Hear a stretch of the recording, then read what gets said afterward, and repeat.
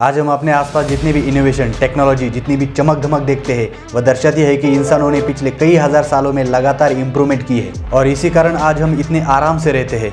Phone का एक button दबाते ही हम जिससे चाहे उसे बात कर सकते हैं। जो सामान चाहिए उसकी डिलीवरी हमारे घर हो जाती है।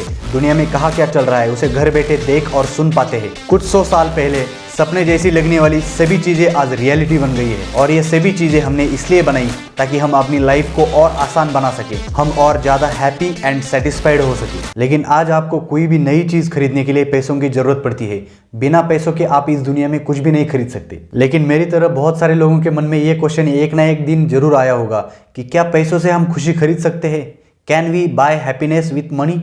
और इसी क्वेश्चन का आंसर जानने के लिए मैंने बहुत सारा रिसर्च किया, बहुत सारे ब्लॉग्स आर्टिकल पढ़े, बहुत सारे यूट्यूब वीडियो देखे और इस क्वेश्चन का आंसर जानने का कोशिश किया। लेकिन सबसे पहले ये जानते हैं कि हैप्पीनेस का एक्चुअल मीनिंग क्या है, उसकी डेफिनेशन क्या है और हमें हैप्पी क्यों रहना चाहिए। हैप्पीनेस की डेफिनेशन हमें गूगल पे कुछ इस तरह दिखती है। इसका सीधा सीधा मतलब है मनोविज्ञान में भावनात्मक कल्याण की एक स्थिति जो एक व्यक्ति संकीर्ण अर्थ में अनुभव करता है जब अच्छी चीजें एक विशिष्ट क्षण में होती है। जिसका सीधा सीधा मतलब है कि happiness is a mental state, एक मानसिक अवस्था है जिस क्षण में या उस घड़ी में आप हैप्पी फील करते हैं, अच्छी और पॉजिटिव फीलिंग करते हैं। जिंदगी में खुश रहना हमारे लिए बहुत इंपॉर्टेंट है क्योंकि जब हम खुश रहेंगे तभी हमें सब चीजें अच्छी लगेगी और तभी हम अपने आसपास सभी चीज़ों का अच्छे से फ़ायदा ले पाएंगे, हमारा टाइम अच्छा कटेगा और फिर हमारी ज़िंदगी अच्छी होगी। इसलिए सभी के लिए हैप्पी और सेटिस्फाइड रहना बहुत ज़रूरी है। इस बारे में रिसर्च कहता है कि हम ज़्यादा हैप्पी रहने से हमारा इम्यून सिस्टम स्ट्रांग होता है, हमारा स्ट्रेस भी रिड्यूस होता है,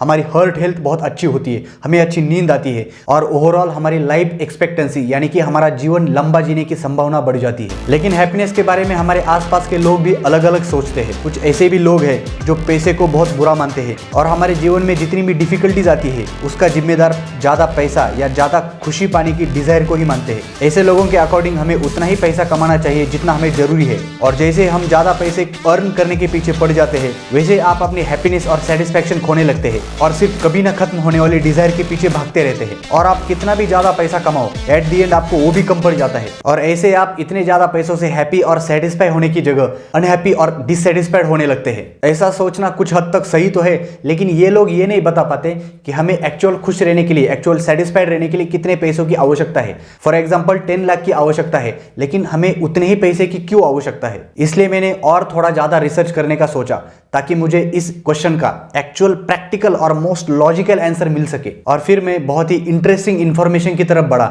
जो मुझे सच में बहुत ही लॉजिकल और बहुत ही प्रैक्टिकल लगा, जिसने मुझे बहुत सरप्राइज किया। मैंने एक आर्टिकल पढ़ा जिसका नाम है money can buy happiness by Michael Norton, जो कि एक हार्वर्ड बिजनेस स्कूल में एक प्रोफेसर है और बहुत सारे अच्छे बुक्स के ऑथर भी है। उन्होंने एक बार कुछ अलग अलग लोगों के ऊपर रिसर्च किया जिसने पूरी दुनिया को हैरान कर दिया। उन्होंने कुछ लोगों को 2 ग्रुप में डिवाइड किया और उन दोनों ग्रुप को नाम दिया group A and group B.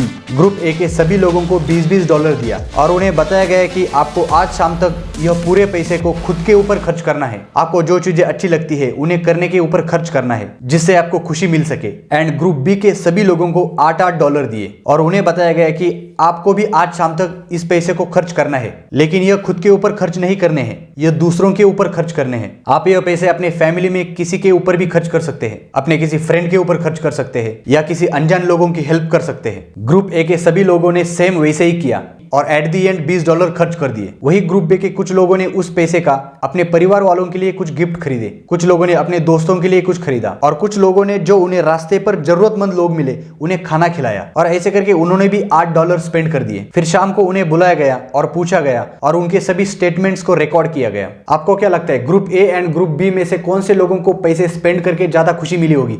Comment में जरूर बताना। जब उन्हें यही सेम चीज पूछा गया तो उन्हें बहुत ही डिफरेंट आंसर्स मिले। ग्रुप ए के लोगों ने बताया कि उन्हें $20 अपने ऊपर खर्च करके थोड़ी सी ही खुशी मिली और किसी किसी को तो थोड़ी भी खुशी नहीं मिली थी। लेकिन जब यही सेम क्वेश्चन ग्रुप बी के लोगों को पूछा गया तो नतीजे हैरान करने वाले थे। तो वही कुछ लोगों ने बताया कि उन्हें कुछ भूखे लोग रेस्टोरेंट के बाहर मिले जिन्हें उन्होंने रेस्टोरेंट में ले जाकर अच्छा सा खाना खिलाया। तो वही कुछ लोगों ने ठंड से कुछ परेशान लोगों को गर्म कपड़े दिला दिए और इसी से ही उन्हें सर्टनली बहुत सेटिस्फाइंग, बहुत हैप्पी फील हुआ, बहुत कनेक्टेड फील हुआ, जो कि ग्रुप ए के लोगों को दिए गए $20 से मिली खुशी के मुकाबले हजारों गुना ज्यादा थी। और फिर उन्होंने यही एक्सपेरिमेंट को अलग अलग कंट्री में दोबारा किया जो कंट्री फाइनेंशियली बहुत ज़्यादा रिच है उसमें भी उन्होंने ये एक्सपेरिमेंट किया, और जो कंट्री फाइनेंशियली बहुत ज़्यादा पुअर है, जो गरीब देश है, उस कंट्री में भी उन्होंने इस एक्सपेरिमेंट को दोबारा किया, लेकिन नतीजे सेम थे। हम दूसरों को कितने हैप्पी फील कराते हैं, हम दूसरों की कितनी मदद करते हैं, इससे एक्चुअल हमें खुशी मिलती है। Real happiness is in helping others.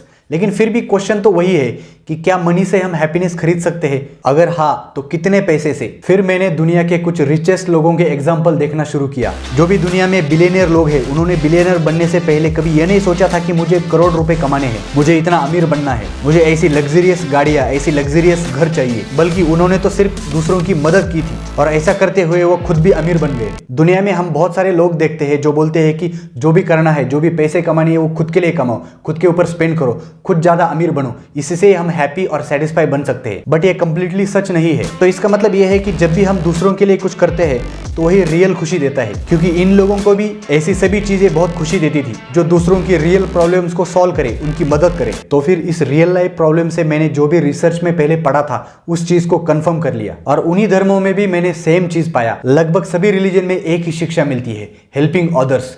दूसरों को हेल्प करो, दूसरों को मदद करो, और वही आपको एट द एंड खुशी देगा, आपको हैप्पीनेस देगा, आपको सेटिस्फेक्शन देगा। और सभी धर्मों के भगवान भी इसी चीज से बहुत खुश होते हैं। लेकिन आपकी खुशी आपके पास कितना पैसा है उस पे नहीं है। आप कम पैसे में भी बहुत ज्यादा खुश हो सकते हैं, और ज्यादा पैसा भी आपकी खुशी छीन सकता है। ये तो अपने ऊपर डिपेंड है। लेकिन आपकी बेसिक नीड को पूरी करने के लिए जितना जरूरी है उतना पैसा कम से कम आपके पास होना ही चाहिए। आपके पास कितना पैसा है उसी से आपके खुशी का पता नहीं चलेगा। आप उस पैसे का कैसा यूज करते हैं अपनी फैमिली में हेल्प करने के लिए, दूसरों की हेल्प करने के लिए, इस समाज को आगे बढ़ाने के लिए क्या हेल्प करते हैं, आपको जो लाइफ मिली है उसके बारे में आप कितनी कृतज्ञता, कितनी ग्रेटिट्यूड रखते हैं, उसी पे ही आपकी खुशी डिपेंड है। तो इसलिए आपको लाइफ में ज़्यादा से ज़्यादा पैसा भी कमाना चाहिए, लेकिन साथ में दूसरों की हेल्प भी करनी चाहिए। और आपको जो भी सिचुएशन में आप है, जो भी सिचुएशन आपको विरासत में मिली है, उसके प्रति कृतज्ञता भी रखना चाहिए। क्योंकि एट द एंड हैप्पीनेस एक मेंटल स्टेट है, एक मानसिक अवस्था है, जिसमें आप थोड़ा टाइम के लिए खुशी या सेटिस्फाई फील करते हैं। इसलिए आप खुद डिसाइड करना चाहिए, आपको खुद को डिसाइड करना चाहिए कि मुझे किस चीज़ से खुश होना है, कितने पैसे से मुझे खुश होना है, ये खुद डिसाइड करना चाहिए। क्योंकि खुशी को किसी इक्विपमेंट से नहीं नापा जा सकता, खुशी को फील किया जा सकता है, अनुभव किया जा सकता है। सो बी हैप्पी एंड सेटिस्फाई। अगर आप इस चैनल पे पहली बार आए हैं तो प्लीज़ इस चैनल को सब्सक्राइब करना, ताकि आगे आने वाली सभी सेल्फ डेवलपमेंट के ऊपर आने वाली सभी वीडियो आप तक पहुँच सके। और आपका प्यार और समय देने के लिए बहुत बहुत धन्यवाद।